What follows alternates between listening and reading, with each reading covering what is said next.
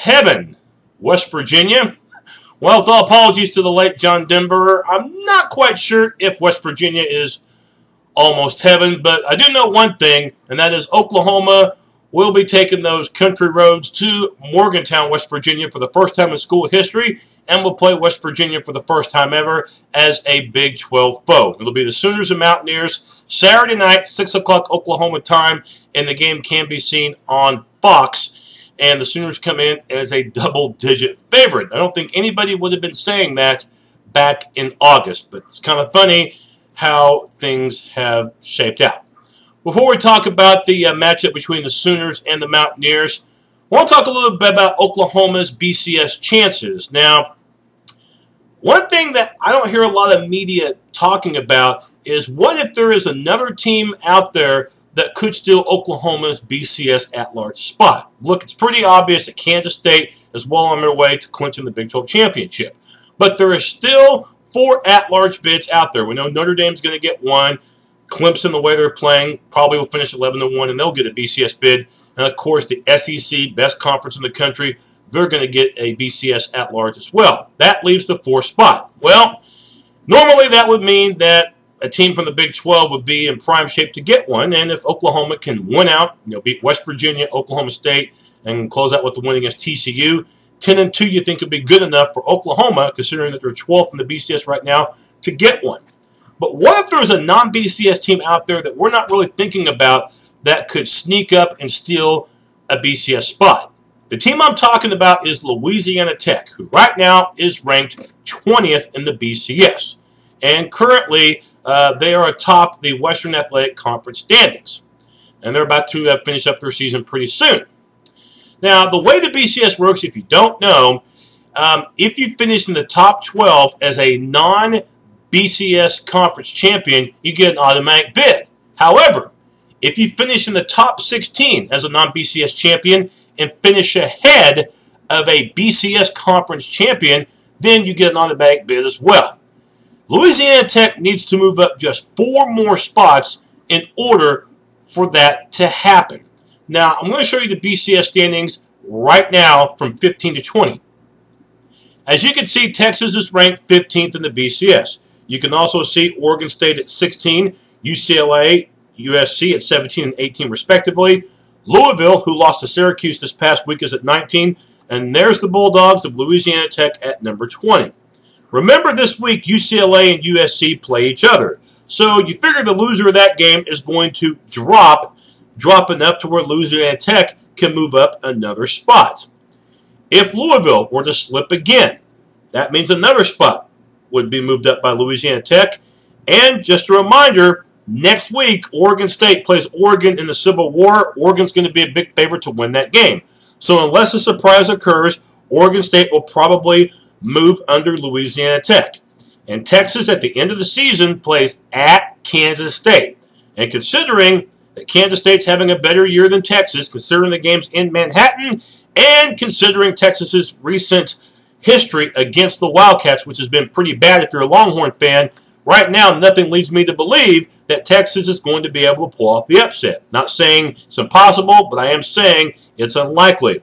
So Louisiana Tech, if they move up to 16, could very well get a BCS at large. You might be saying, well, they would still have to finish ahead of a BCS conference champion. This is where the good old Big East Conference comes in. Whoever wins the Big East Conference, unless Louisville can run the table and unless Louisville can keep their edge over Louisiana Tech, which right now is still pretty close in those percentages, unless Louisville can stay ahead of Louisiana Tech, then La Tech figures to finish ahead of the Big East Conference champion. Whether it's Louisville, whether it's Rutgers, whether it's somebody else, that right there could be Louisiana Tech's ticket to getting a BCS bid and stealing Oklahoma's spot. Of course, you never know what's going to happen in college football. I mean, nobody thought that A&M was going to beat Alabama this past week. And by the way, that did help Louisiana Tech because La Tech played A&M earlier this year, so that definitely helps with La Tech's computer average, which, by the way, went up a little bit this past week. Overall, it's still not that impressive, but it did increase thanks to A&M beating Alabama. So that's something to keep in mind as well. If A&M runs the table the rest of the season, then that's going to help Louisiana Tech in the computer rankings. So really keep an eye on Louisiana Tech. Hope that they don't get to 16, and if they do, you need to hope that Louisville or whoever wins the Big East finishes ahead of them. Otherwise, La Tech from the Western Athletic Conference could very well get a BCS at large, and it could keep Oklahoma away from a BCS bowl. So keep that in mind. Of course, the Oklahoma Sooners coming off the victory over Baylor this past week. It wasn't easy, though, as defensively the Sooners really had a difficult time containing the rushing attack. Although Bob Stoops really deflected any questions as far as the Sooners having problems stopping the run, his brother, defensive coordinator Mike Stoops, said it was a bad game for the Sooners as far as containing the running attack. The defensive line did not play their best game. The linebackers weren't always in position, giving up way too many draws to Nick Florence and allowing C-Strunk, the Baylor running back, to have a big day. Those were obvious things. Good thing that the Oklahoma Sooner passing game had a good game, keeping one of the best passing offenses in college football very well controlled. Good job by those guys. But still, the Sooners did not force any turnovers in the ball game. Now, offensively, though, the Sooners did play well. Not always, but they played well enough in spurts. Definitely at the beginning of the game and definitely in the fourth quarter when things were getting a little tight, Sooners were able to pull away. The good news for the Sooners entering this week as far as the injury situation does look like that Gabe Eichard, the starter up front for the Sooners, who, by the way, did not play this past week against Baylor. He was held out. Does look like he will start this week. And I think Lane Johnson is going to start as well. Johnson, from his tackle position, did not start last week. Although he played a little bit, he should see more action this week. We'll have to keep a close eye on Adam Shedd, another offensive lineman for the Sooners, who was injured during the Baylor game. This is almost starting to look like 2009 all over again for the Sooners when it comes to the offensive line. They're getting to the point now to where depth is going to be a bigger issue, especially if they have another significant injury up front. So the offensive line definitely bears a lot of attention if you are a Sooner fan. You're going to be playing a West Virginia team that offensively is still one of the best offenses in the country. We have to take the 4-game losing streak out of the equation for the Mountaineers because offensively, Geno Smith, he's still having a pretty good year. At one point, he was the Heisman frontrunner, but because of the losing streak that West Virginia has suffered recently, no more talk of the Heisman for the West Virginia QB. But still, he's completing well over 70% of his passes, and he's had over 3,000 yards rushing.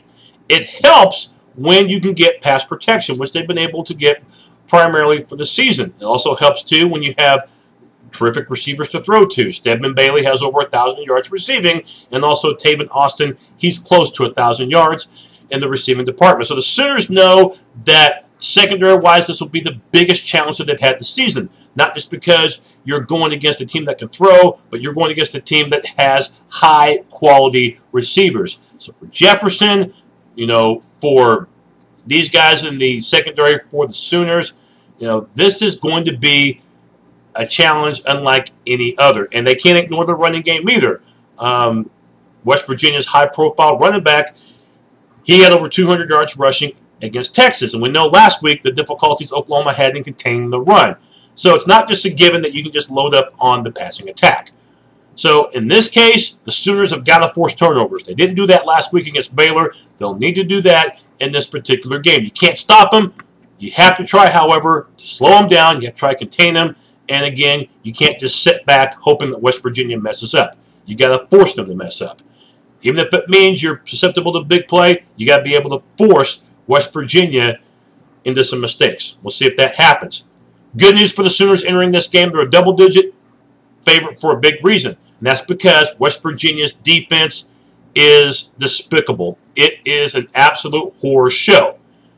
Biggest reason why they've lost 4 consecutive games. And even in their first 2 Big 12 conference games, which were wins, they gave up 63 to Baylor, 45 to Texas.